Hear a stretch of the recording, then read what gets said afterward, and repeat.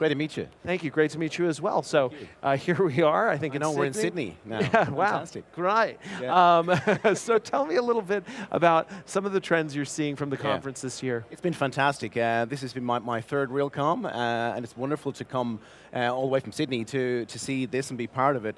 I guess really what I'm seeing this time around is even greater collaboration between the leadership fraternity within the commercial real estate sector and the vendor community. I think it's what makes it quite unique, and I think it's certainly a testament to Howard and to Jim, the way that they've been able to bring the two groups together in quite a unique way. You don't see that in any other industry, and I think that's a wonderful thing to see.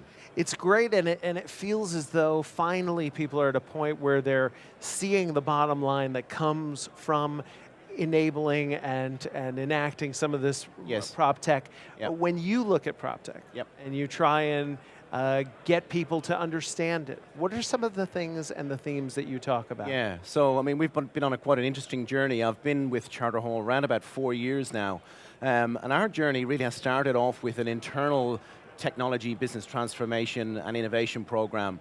And we've been running a number of streams in that space, and one of which we're actually nominated for a Digi Award by MRI today, so hopefully a shout out to MRI, hopefully we can get there on that front. But in the last 12 months or so, we've extended, I guess, our view beyond the organization and have started to reach out into the startup ecosystem in Asia Pacific to really, I guess, understand more about what are the opportunities and what are the challenges that prop tech might bring for Charter Hall. And for us, it's really about focusing on the three key pillars of our people. So how can we enable our people to be more productive and be more successful in what they do? Our tenant customers within our office, retail and industrial properties, and the buildings that they occupy, and also our investor base. So we've got a very significant institutional and retail investor base, and we are really focused on trying to create a much better experience for them to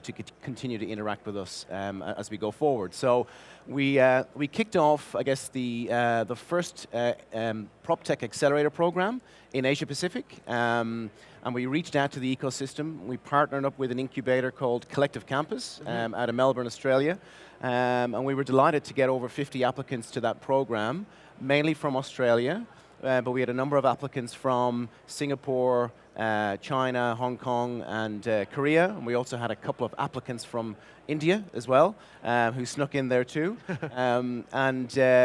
You know, through that process, we've been able to get access to some, you know, of the most talented people in the region, the most passionate people who are connected to solving problems in our industry. And what was quite inspiring for me is we brought we had to whittle it down to 14, and we brought those 14 down to a 2-day boot camp in Melbourne, and we spent 2 days with them together, really working on their business models and aligning them to Charter Hall's business model to seek the top 4 that we wanted to bring through our 13-week accelerator program. I have a short video that I wouldn't mind showing for the team. Yeah, great. Just to kind of, it's 2 minutes that encapsulates the, I guess, the passion and enthusiasm of our pitch night. All right. Which is to get from our 14 list down to our top 4. We'll watch it down on the top.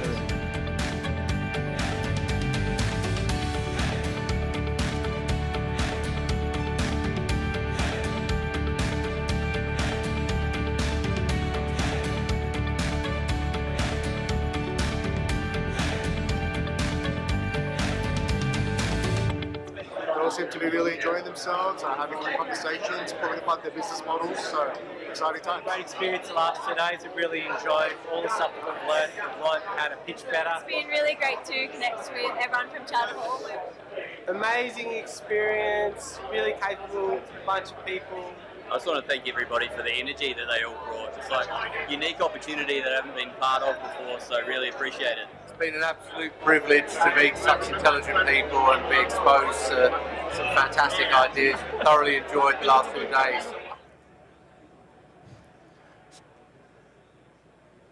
So I guess that just gives us a little snippet of the type of people that we've been working with. You know, it's an interesting theme, and it's sort of crystallizing as I'm talking about, but what it seems to me is that with all of this innovation, it's calling companies to become a little more philanthropic, actually.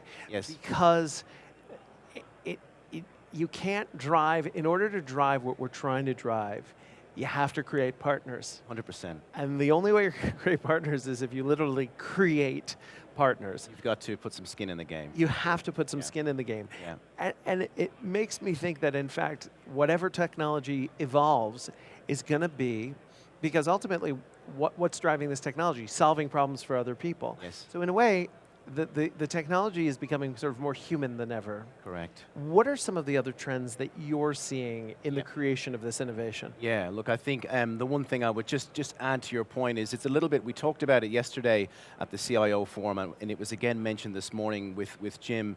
He said, you know, what has been enduring over the 20 years has been the relationships. Yeah. And, you know, what we're seeing is more than anything, we've built strong relationships with some of the top entrepreneurs who have been working in the fintech space, who've been working in the engineering space for the last 10, 20 years. And now we've got really strong relationships that will endure beyond potentially this technology or the next technology or the next technology. But certainly, what's been interesting for us is where we've landed in terms of the top four, and they represent where we think there is some significant gains to be had in this space.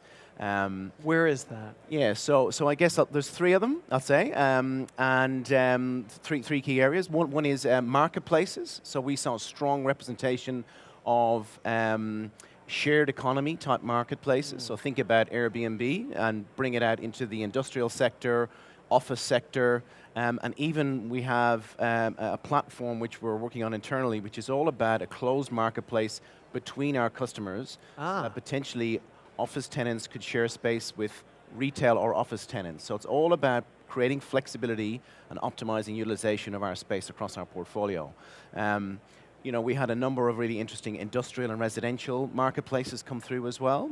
The second area is virtual reality and virtual modeling. And we've got two startups, one of which I'm wearing the t-shirt today. Justin, who's the co-founder, he'll be extremely happy about that. What does it say? This is InSpace XR. Okay. And InSpace XR is a leading platform in immersive virtual reality. So this is the full goggles headset you know, experience. But why we think it's important for us is we have a large global set of capital partners, and we need to bring our assets to life. We want to bring those assets out of Australia and make them available and make the experience of our assets available to our capital partners across the globe. And the second player in that space that we're working with is a company called SnapLoader, and SnapLoader is more what I would call a virtual modeling tool, which allows you know, marketing and leasing agents to create, I guess, optionality around how we want to utilize space for our tenants. But the third one, which is probably one we're personally most passionate about, is in the investment management space. So we're working with a startup called Estate Baron, and Estate Baron is utilizing a blockchain-enabled platform to help streamline the investor onboarding, communications, distribution. And personally, I think that's an area, I heard you mention blockchain earlier. It's an area that I think, you know, there's a wall for us to go, but it could be the most game-changing and exciting thing for our industry, particularly in that investment management space. It seems like Charter Hall is really out in front of just trying to not just profit from and gain from the innovation, but driving it and making sure to provide an atmosphere and an environment for that. Is there anything else as we wrap up that you want people here at 2018 Realcomm to know about Charter Hall? Oh, look, all I would just say to people is to encourage them to take the leap. It was with a little bit of trepidation that I approached my CEO on board to ask them for permission to play in this space. Yeah. And I have to say it was warmly accepted. And there's a real recognition at the top levels of business now that we need to be brave and we need to start to step outside of our own organizations and build these relationships with the startup community. So all CIOs and IT executives and leaders out there, you know, get out of your comfort zone and start building those relationships. Aidan, thank you so much for being here. It's a Cheers. pleasure. Thank you. Too. Everyone. Aidan Coleman.